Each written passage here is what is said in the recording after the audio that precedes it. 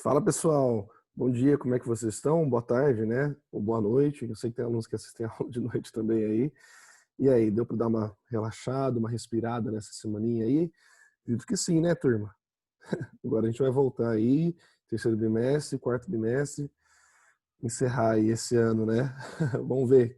A gente consegue, quem sabe, voltar presencialmente aí até antes de acabar o ano. Vamos aguardar, né?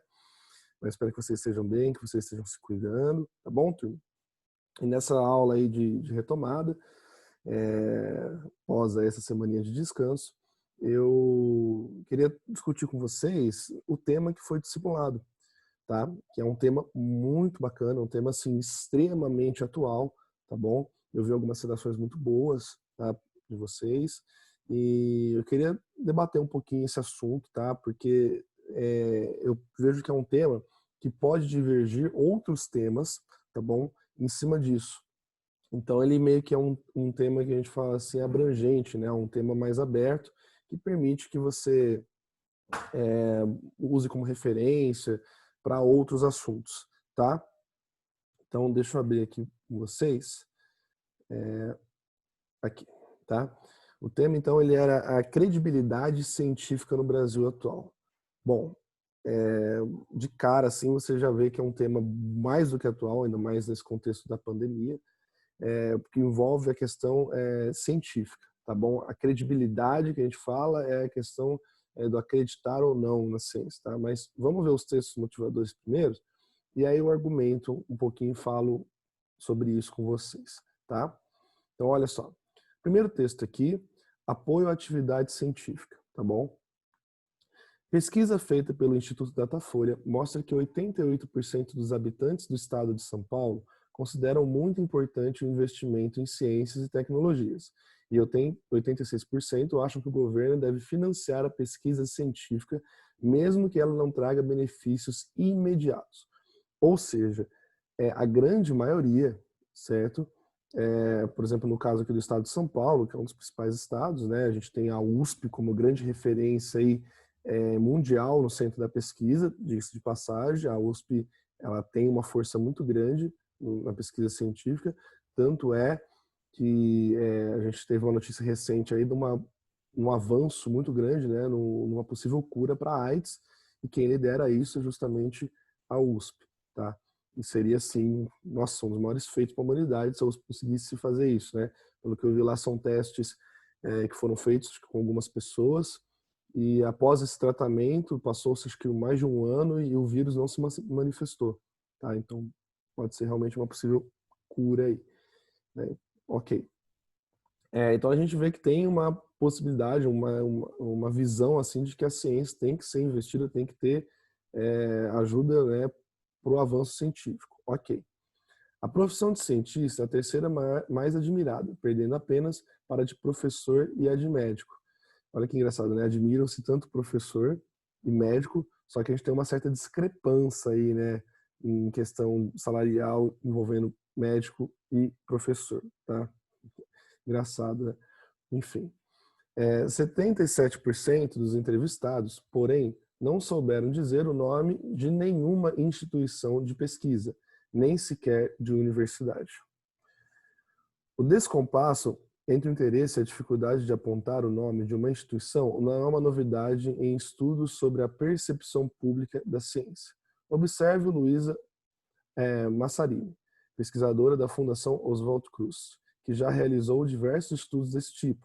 O que observamos é que as pessoas expressam interesse por temas de ciência, mas há um gap importante entre afirmar que tem interesse e, de fato, buscar se informar sobre temas de ciência e tecnologia.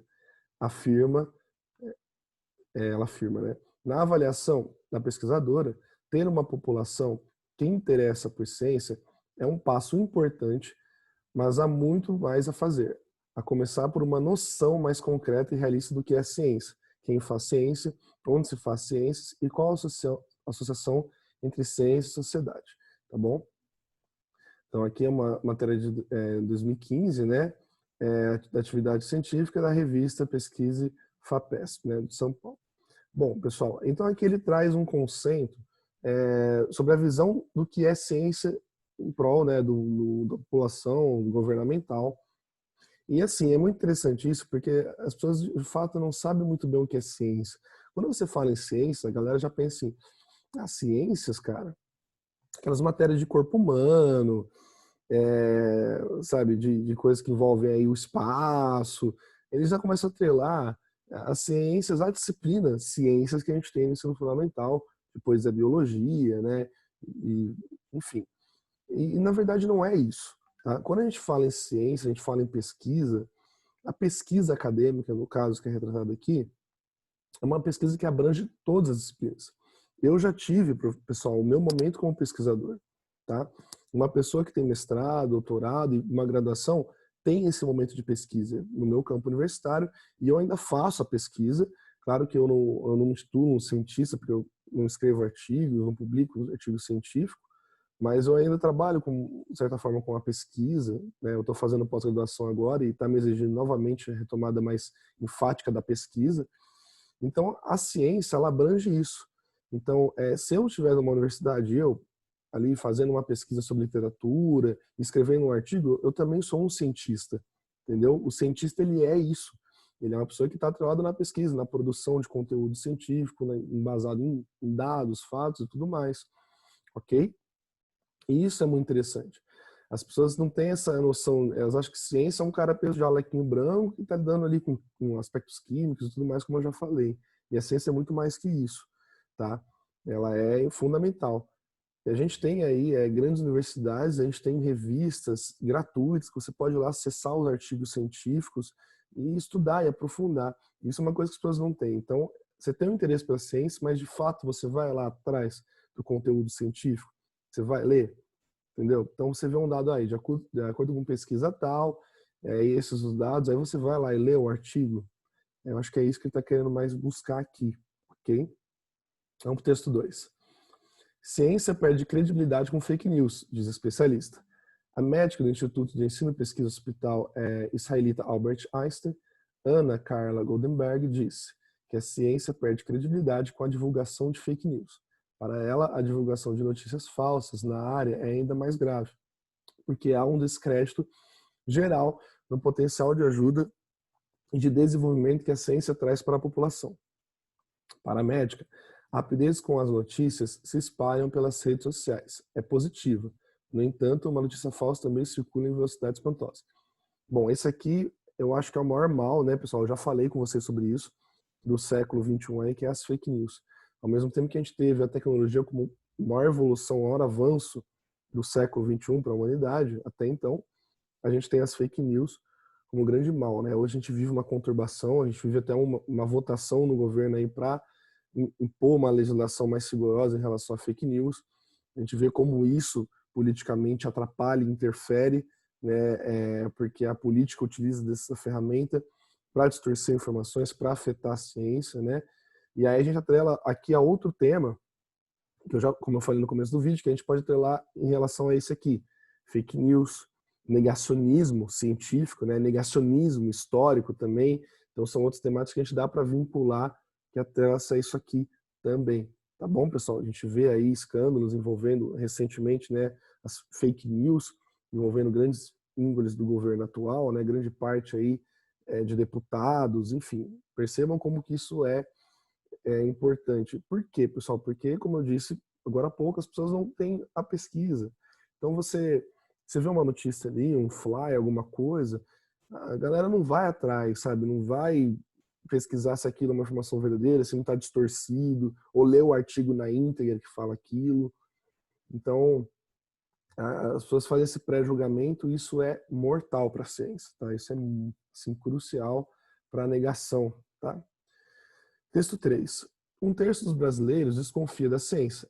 A pesquisa Wellcome Globe Monitor 2018, feita com 140 mil pessoas de 144 países, mostrou que 35% dos brasileiros desconfiam da ciência e que 1 em cada 4 acredita que a produção científica não contribui para o país. Então, olha isso, uma pesquisa, né, através da ciência feita aí, com 140 mil pessoas, de 144 países, mostrou que 35% dos brasileiros desconfiam da ciência. Isso em 2018. E a gente sabe ali que de 2015, né, em diante, a gente teve uma ascensão gritante das fake news, e essa ferramenta tomou posse, inclusive, a gente sabe que teve até interferência, né, na eleição de muitos candidatos aí por conta disso aqui, tá? Por conta dessa negação aí, e as coisas estão aparecendo agora, né, no ano atual. Então, essa crescência acho que tem muito a ver com a política, tá, pessoal, disso aí. Apenas 13% dos brasileiros entrevistados afirmam ter muita confiança na produção científica. No mundo inteiro, somente 18% das pessoas afirmam ter muita confiança na produção científica. No ranking dos países que mais confiam na ciência, o Uzbequistão está no topo, seguido do Tajiquistão e da Irlanda. Entre as 144 nações, o Brasil fica em 141º lugar. Então, olha só, pessoal. A gente tem aqui, né, ainda uma grande parte de negação. E isso, pessoal, é uma coisa muito importante. A ciência, ela... Qual que é a base da ciência? Qual que é a base da pesquisa? É o questionamento. Então, a ciência ela não existe se não houver questionamento. Professor, então tudo pode ser questionável?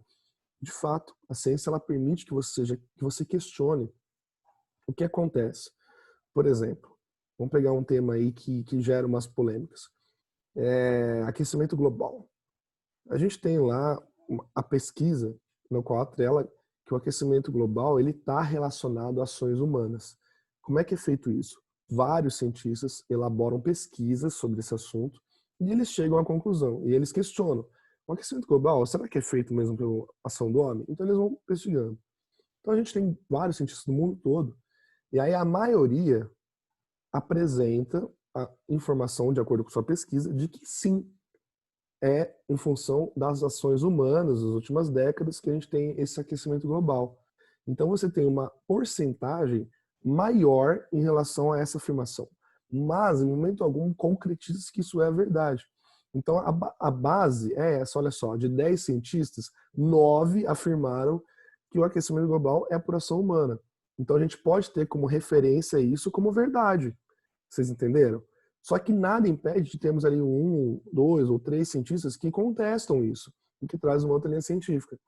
Então a grande majoridade vai prevalecer de uma forma. E aí por isso a gente tem uma porcentagem, né? E vocês precisarem, vocês vão ver nesse tema que é mais de 90% dos cientistas confirmam que realmente temos ações humanas interferindo no meio ambiente, né? No aquecimento. Por isso o aquecimento global. Aí tem-se esse como um fato mais verídico, mais concreto. Vocês entenderam? Só que nada impede da gente ter uma revisão, novos dados. A ciência ela é longa. A gente tem essa polêmica de medicamento, né, envolvendo. E para você comprovar a eficácia do medicamento, pessoal, olha o tempo que tem para fazer uma vacina. Para comprovar o medicamento demora-se anos, tem todo um processo de trabalho, tá? E mesmo que você tenha um primeiro dado positivo, jamais deve ser tido aquilo como verdade ou como certeza.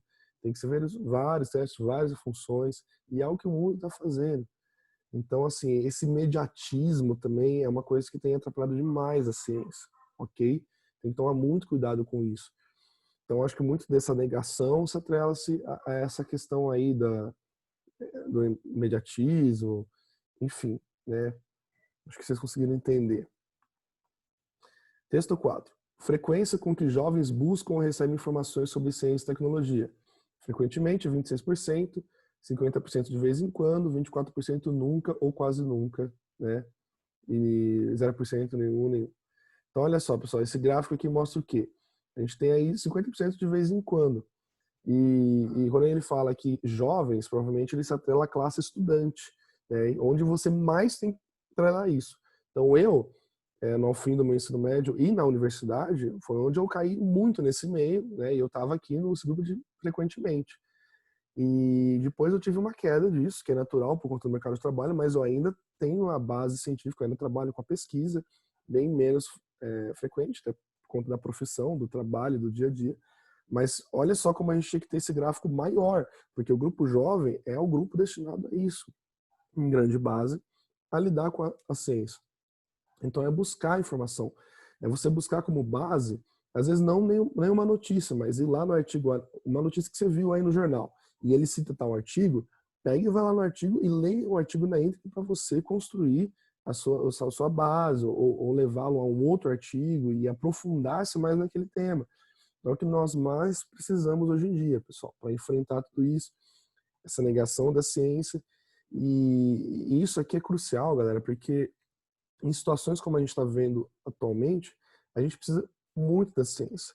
E a ciência ela não é perfeita, a ciência ela é feita por humanos, então os seres humanos erram, tá bom?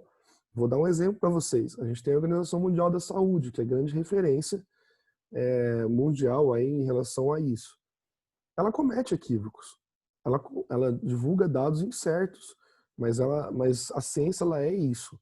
Ela demora-se um tempo de concretização. Então, no início, houve-se uma dúvida da eficácia, por exemplo, do uso de máscaras, ok? Depois, a Organização Mundial de Saúde, com mais detalhamento, com mais concretização de pesquisa, né, de informação, afirmou que é necessário o uso da máscara, que é importante para a prevenção. Então, as pessoas já pegam e falam lá, caramba, eles negaram, agora estão falando que sim. Não é isso. A ciência, ela é dessa forma. Então, talvez seja até uma crítica aí da gente ter um pouco mais de receio na divulgação. Só que aí vem uma outra coisa muito importante. Se demora-se muito para divulgar uma informação de tal dado, as pessoas falam, a ciência não serve para nada, não fala nada, eles não se pronunciam em nada, compreendem como é complicada a coisa? Então a gente tem que ter um apoio, porque a ciência é fundamental. Se hoje a gente tem várias informações em relação ao mundo, é por graças à ciência, tá bom? Um exemplo, e aí para a gente já encerrar o debate desse tema, a gente tem aí o cigarro. O cigarro, né, por volta dos anos 60 e 70, quando começou a surgir pesquisas relacionadas ao malefício, né, os malefícios do cigarro, envolvendo a nicotina e tudo mais, cara, grandes empresas no mundo, né, produtores de cigarro, começaram a contestar a ciência, começaram a utilizar na época fake news também, só que por meios jornalísticos, obviamente, né, não virtuais porque não tinha, criticar, contestar, questionar, né, usar propagandas de que, olha, esses maus não são tão ruins assim, enfim, sabe? Então a ciência sempre foi um meio de ataque, porque a ciência ela contesta às vezes grandes poderosos, grandes líderes, sabe, pessoal? E ninguém, e todo líder, né, não gosta de ser contestado, não gosta de ser criticado, certo? Nenhum governo gosta de ser criticado. Então a ciência ela ataca, ela é uma ferramenta muito importante para o povo. O resultado do cigarro foi que muita luta, depois de aí décadas, né, de enfrentamento, não houve mais como escapar. Foi tão concretas as informações científicas que a ciência venceu. E hoje a gente vê até, inclusive, um valor bem alto para o cigarro, acho que é R$ 10 um maço de cigarro, e sempre atrás do maço de cigarro você vê lá uma informação sobre os malefícios do produto e tudo mais. A gente tem uma queda aí de fumantes, né, no mundo. Então, só para vocês terem uma ideia de como que é uma perseguição que sempre existiu na ciência, envolve aspectos políticos, envolve esse negacionismo, tá bom? E a gente tem que ter essa visão aí mais profunda. Então, é um tema bem atual. Acho que eu falei aí bastante coisa que vocês poderiam utilizar em argumentos. Daria para a gente usar contestações aqui, né, como introdução nessa temática de redação, proposta de intervenção aí, uma maior clareza e importância da ciência, uma aproximação maior da ciência, a população, uma facilidade do que os governos, né, tivessem uma maior parceria com a questão da ciência em divulgação de dados, porque, como eu disse, a gente tem revistas aí das universidades, da USP, da Unesp, e, poxa, parece que, apesar que a gente tem um acesso fácil, virtual, mas poderia ter uma maior divulgação disso, um maior atrelamento, né? Seria aí uma das propostas de intervenção, uma conscientização social sobre tal importância. Ok, turma? Então esse foi o tema do Simão de vocês, um tema muito importante, muito atual. Eu acho que eu consegui trazer vários pontos aí de debate, de compreensão para vocês, de reflexão. E eu gostei de muitas citações, sim, eu gostei de algumas citações que vocês poderam trazer de referência da importância da ciência ao longo da história humana, do que nós conseguimos, né, através da ciência, né, vacinas e tudo mais. Certo, turma? É isso, um grande abraço para vocês. Na semana que vem, na verdade na sexta, né, para alguns aí, para a primeira série, na segunda série, a gente já começa conteúdo do terceiro bimestre. Na semana que vem, com a terceira série. Tá bom, turma? Forte abraço para vocês, se cuidem e até mais.